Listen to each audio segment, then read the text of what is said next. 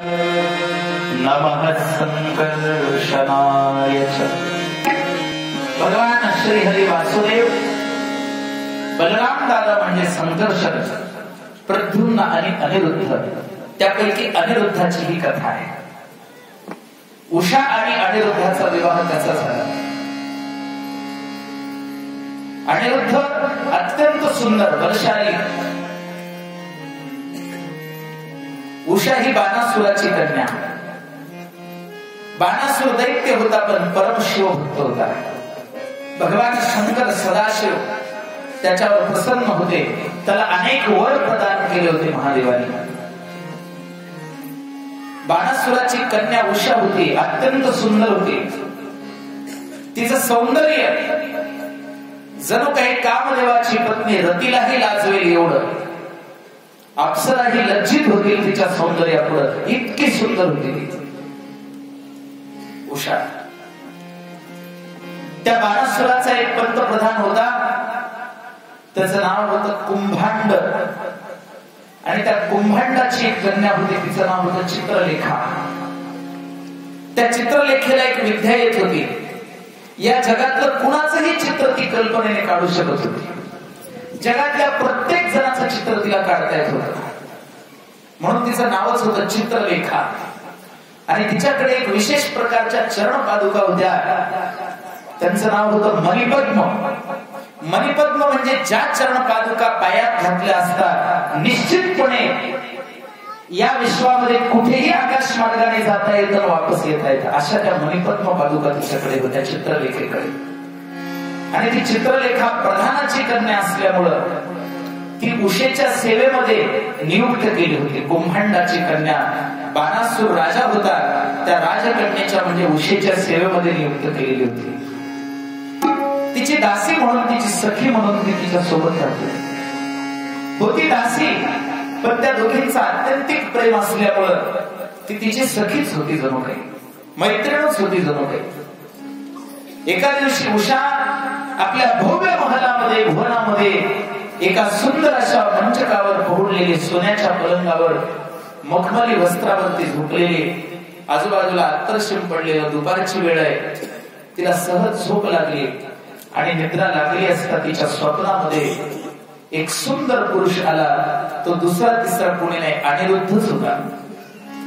अनिरुद्ध उषेच्या स्वप्नात आला, त्याचं सौंदर्य, त्याचं बल, त्याची शक्ती, त्याचं स्वरूप बघून ती त्याच्या स्वरूपाला भुलली आणि तिने निश्चय केला की मला आता पती मिळावा तर हाच मिळावा, आणि हाच माझा पती आहे असा तिने अंतःकरणातून निश्चय केला। आणि जेव्हा ती जागी झाली त्यावेळेस तिचे रंग ढंग बदलले, तिचा आचार बदलला, तिचं वागणं बदललं, तिच्या डोळ्यांची स्थिती बदलली, डोळ्यामध्ये एक वेगळीच चंचलता आली।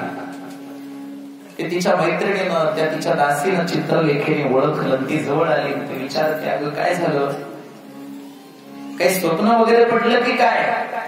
बोलली काहीच नाही, पण मुस्कुरा के कहा, हाँ मैंने सपना देखा है। क्या देखा सपने में? मी एका पुरुषाला पाहिलं जो अत्यंत सुंदर आहे, अत्यंत सुंदर आहे। माझ्या मनाने असा निश्चय केलाय की मी आता त्यालाच वरणार आहे, तोच माझा पती आहे। मला त्याच्याशिवाय एक क्षणही जगणं शक्य नाही, एक श्वास सुद्धा मी त्याच्याशिवाय घेऊ शकत नाही। माझं अंतःकरण व्याकुळ झालं त्याच्याशिवाय, मला तो पाहिजेच आहे ना, आत्ताच पाहिजे म्हणलं। चित्रलेखीने विचारलं, कोण आहे तो, त्याचं नाव तरी सांगते? म्हणे मला नाव माहिती नाही, पण मी त्याला स्वप्नात बघितलं, आणि जसं मी स्वप्नात बघितलं माझा जीव जडला त्याच्यावर, माझं प्रेम निर्माण झालं त्याच्यावर, माझ्या अंतःकरणात त्याची प्रीती निर्माण झाली। अगं चित्रलेखा सांगते, ठीक आहे, मला जगातले सगळ्यांची चित्र काढता येतात, मी चित्र काढून दाखवते, याच्यातलं कोणतं चित्र आहे का सांग। तिने अगोदर ब्रह्म विष्णू महेशाचे 3 चित्र काढले, विचारलं सांग याच्यापैकी कोणतं आहे का?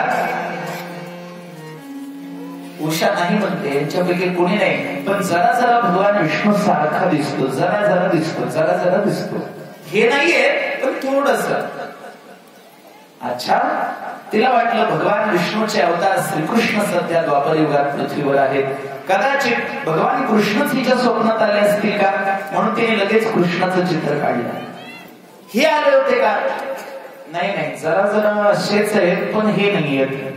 अच्छा, बरं बरं. मग कृष्णाचा पुत्र प्रद्युम्न त्याचं चित्र काढलं, लगेच रेखाटलं. हे आहेत का? नाही नाही, जरा जरा असेच म्हणजे जवळजवळ असेच आहेत अगं, पण हे नाही आहेत. यांचं वय जास्त आहे, त्याचं वय कमी आहे. अच्छा, मग अनिरुद्धाचं चित्र काढलं. अनिरुद्धाचं चित्र काढल्याबरोबर अंगठ्याने माती कुरेदायला सुरू केली आणि खाली मान घालून लज्जित झाली, असं भागवतात वर्णन आहे. तिचं लाजणं ओळखलं आणि चित्रलेखेला कळालं की निश्चितपणे हिच्या अंतःकरणात याच्याविषयीच प्रीती प्रेम निर्माण झालेलं आहे. आता आपण याला वापस आणणं गरजेचे, पण आणायचं कसं? तिच्याकडे मणिपद्म नावाच्या चरणपादुका होत्या, मी मगाशी सांगितलं. त्या चरणपादुका तिने पायात घातल्या आणि आकाशपंथाने द्वारकेला गेली.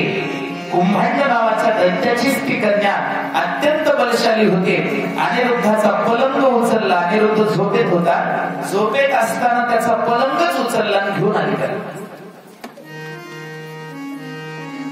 मध्यरात्रीला हजर झाली तिच्या त्या उशीजवळ.